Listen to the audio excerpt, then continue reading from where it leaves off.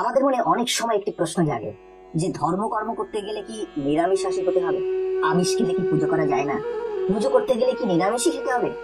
আজকে এই ভিডিওর মাধ্যমে আমরা এই সমস্ত প্রশ্নের উত্তর জানার চেষ্টা করব।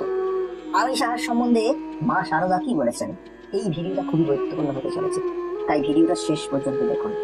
আশা করি আপনাদের সমস্ত প্রশ্নের উত্তর পেয়ে যাবেন। খাদ্য পানীয় বা আহার ছাড়া আমাদের জীবন ধারণ করা যায় না। আবার এই খাদ্যই আমাদের লাইফস্টাইল বা জীবনের দিক নির্ণয় করে। খাদ্য বিচার করে খাওয়া। আহার সম্বন্ধে শ্রী মা শারদা দেবী বলেছেন, যখনই যা কিছু আহার করবে প্রথমে তা ভগবানকে নিবেদন করে তারপর প্রসাদ স্বরূপ গ্রহণ করবে, তাহলে রক্ত শুদ্ধ হবে। রক্ত শুদ্ধ হলে মনও শুদ্ধ হবে। ভক্ত শ্যামাচরণ চক্রবর্তীকে আহার সম্বন্ধে উপদেশ দিয়ে বলেছিলেন, বাবা, তোমার মাছ মাংস যা খেতে চায় তুমি খাবে, তবে আদ্যশ্রাদ্ধের আর প্রায়চিত্তের অন্ন খেতে নেই, এগুলো কখনো খাবে না। শ্রীমা শারদা দেবী আমিষ আহার ও নিরামিষ আহার দুটো সম্বন্ধেই নানান উপদেশ, নানান ঘটনা, নানান উদাহরণ আমাদের জন্য তথা ভবিষ্যৎ প্রজন্মের জন্য রেখে গেছেন। শ্রীমা শারদা দেবী স্বামী অভয়ানন্দকে আমিষ আহার প্রসঙ্গে বলেছিলেন, তোমরা নিরামিষ খাবে কেন? তোমরা মায়ের ছেলে, মাছের দুধে খাবে, ওতে তোমাদের দোষ নাই। নিরামিষ আহার করতেন এমন সন্তানকে মা মাছ পরিবেশন করে খাইয়েছেন। ও বলেছেন, ঠাকুর শ্রী শ্রী রামকৃষ্ণ শেষ পর্যন্ত মাছের ঝোল খেয়েছেন, ওতে মাথা ঠান্ডা থাকে, কিন্তু তিনি জোর করে কারোর নিষ্ঠা ভঙ্গ করতেন না। একবার এক সন্ন্যাসীকে মা শারদা বলেছিলেন, মাছ খাবে, খাবারের ভিতর আছে কি? মাছ খেলে মাথা ঠান্ডা থাকে। একবার শ্রী শ্রী ঠাকুরকে মা পান্তা ভাত আর মাছ চাটুই খেতে দিয়েছিলেন। শ্রীভক্ত কমলা ঘোষ একাদশীর দিন কোনো আত্মীয়ের বাড়িতে গিয়ে ভাত না পেয়ে শুধু মাছ খেয়েছেন শুনে মা বললেন, একাদশীর ফল পেলে আর তোমাকে একাদশী করতে হবে না। মাছ খেয়েছে শুনে বললেন, বেশ করেছো, একাদশীর দিন এ স্ত্রী মানুষ রাতে দুটো ভাত আর একটু মাছ মুখে দেবে, এতে দোষ নাই।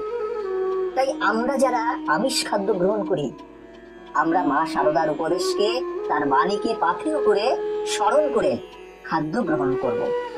তবে একটা কথা সবসময় মনে রাখবেন, যখনই যা কিছু আহার করবেন তা ভগবানকে নিবেদন করে প্রসাদ স্বরূপ গ্রহণ করবেন, তাহলে রক্ত শুদ্ধ হবে।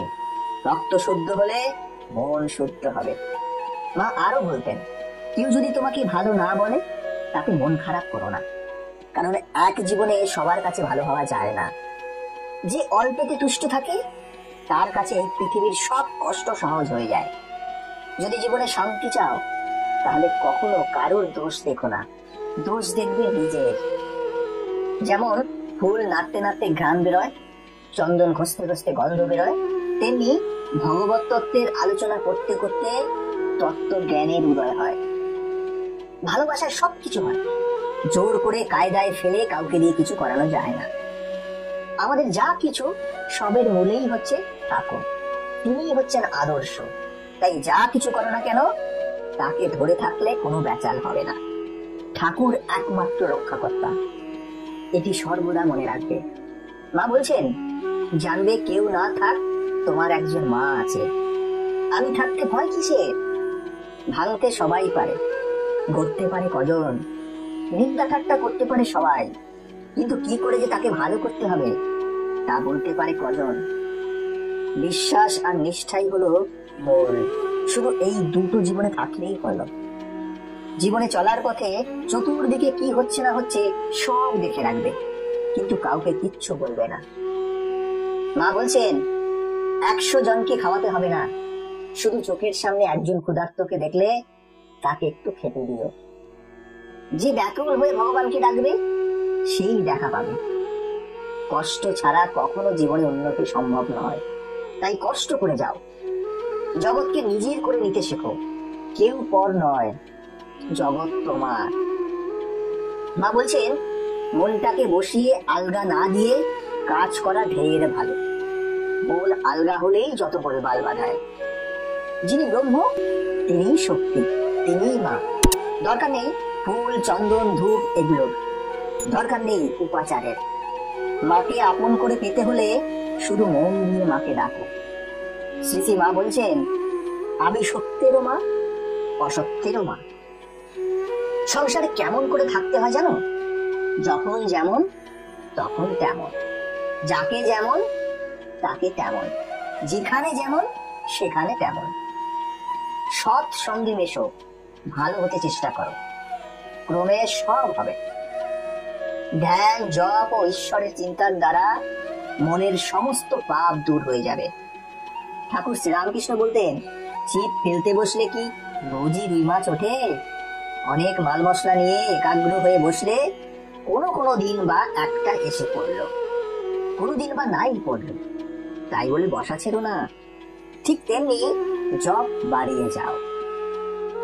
ঈশ্বরের ইচ্ছে ছাড়া কিছুই হওয়ার সাধ্য নেই।